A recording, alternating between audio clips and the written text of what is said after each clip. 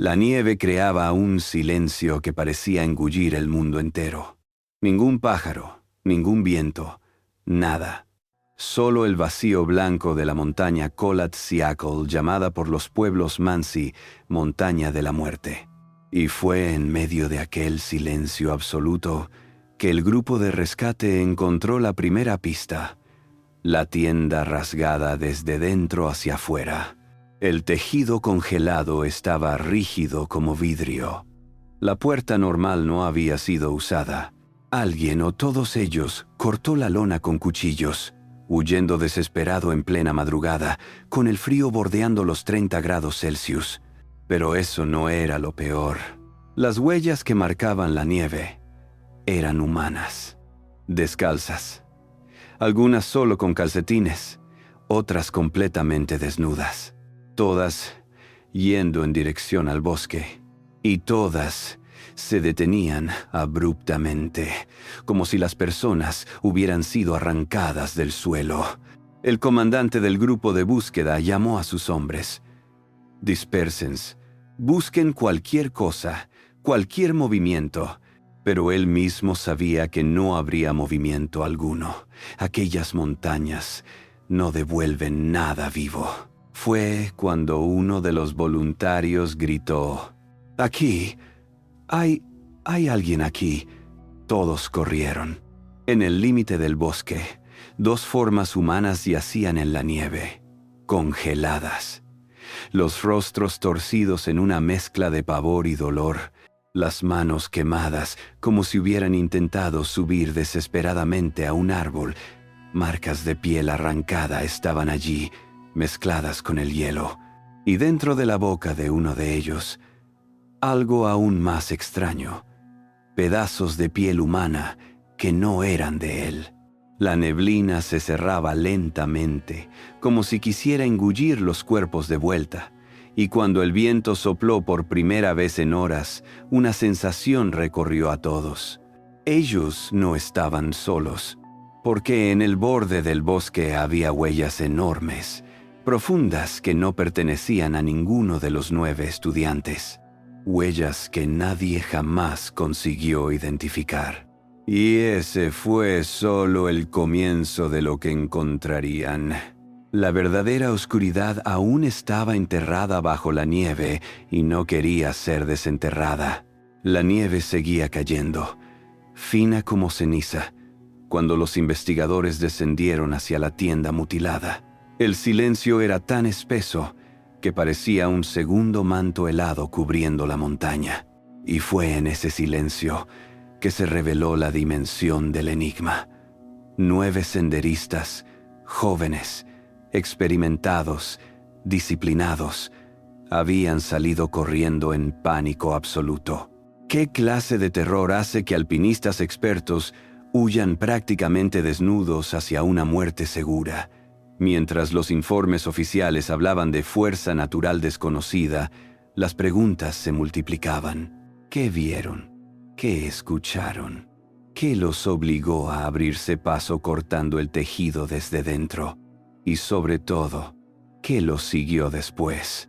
Hoy vamos a descender juntos por la misma montaña, reconstruyendo paso a paso todo lo que ocurrió, todas las pistas, todas las contradicciones y todas las teorías prohibidas del caso Dyatlov.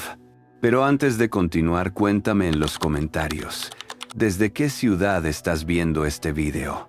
Tu participación ayuda a que más personas descubran estas historias y a mí me ayuda a seguir creando relatos como este. Ahora, prepárate.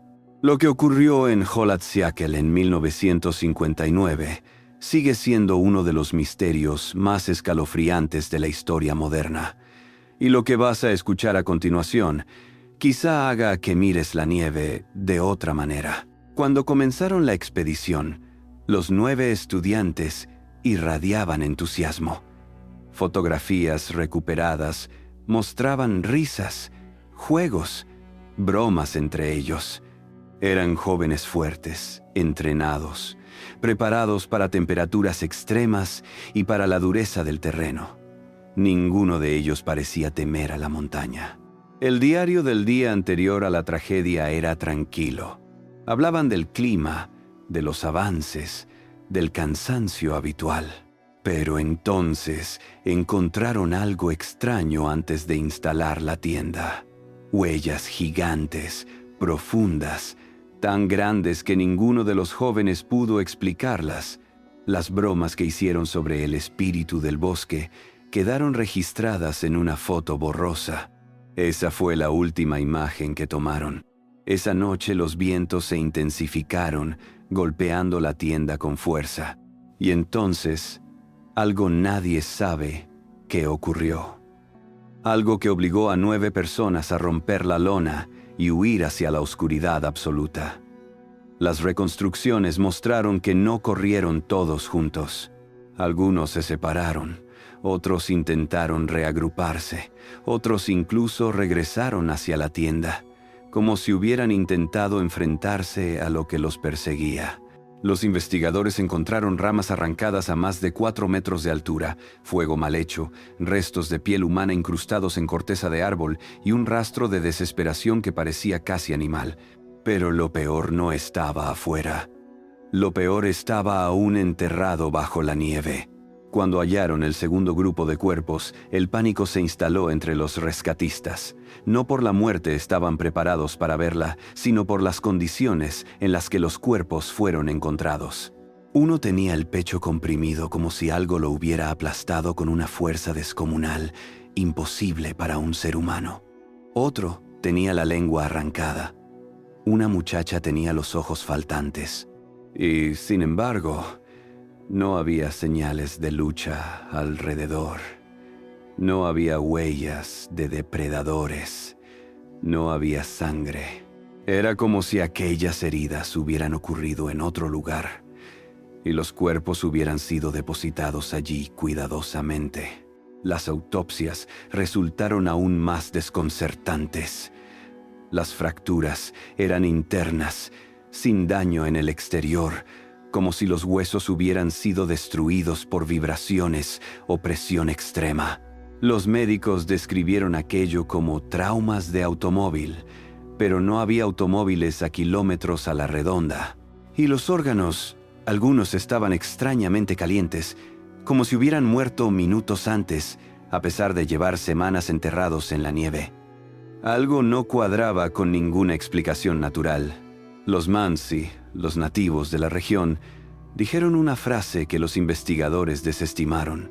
Despertaron algo que no debía ser despertado. El comité de investigación de la URSS intentó cerrar el caso rápidamente.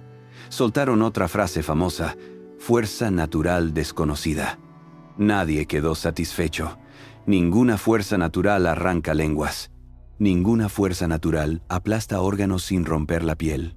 Ninguna fuerza natural hace que 9 personas salgan corriendo en plena noche en 30 grados Celsius. Y entonces surgieron nuevas teorías, pruebas militares secretas, infrasonidos que inducen pánico, experimentos fallidos, criaturas de la taiga. Pero ninguna explicaba las heridas, ni la radiación encontrada en la ropa de algunos de ellos, ni las huellas gigantes observadas en las primeras horas de la búsqueda. Los Mansi insistieron.